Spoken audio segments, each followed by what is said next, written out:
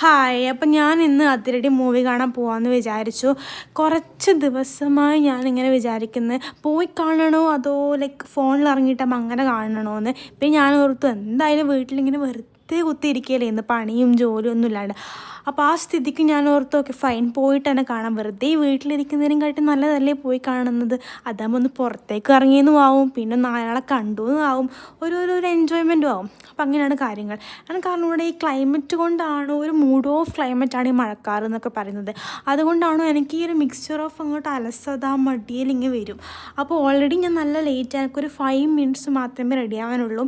ഇനിയും ലേറ്റ് ആയാൽ എന്നോട് ബസ് കയറി പൊക്കോളാൻ പറഞ്ഞിട്ടുണ്ട്. പക്ഷെ എനിക്ക് അറിഞ്ഞൂടെ, ഈ സിനിമ കാണുന്ന കാര്യത്തിൽ പൊതുവേ ഞാൻ നല്ല ലേറ്റ് ആയിട്ടാണ് പോകുക. ഒരു 10-15 മിനിറ്റ് എങ്ങനെ ഞാൻ ലേറ്റ് ആവും.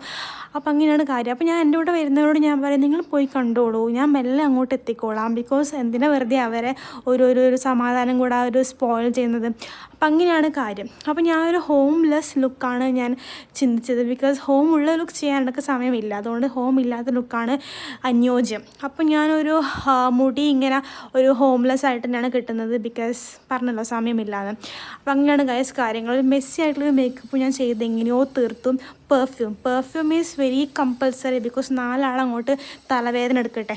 അപ്പം അങ്ങനെയാണ് കാര്യങ്ങൾ. അപ്പം ഞാൻ പോയി കണ്ടിട്ട് വരാം ഗൈസ്. അപ്പം അത്രയേ ഉള്ളൂ. ബായ്.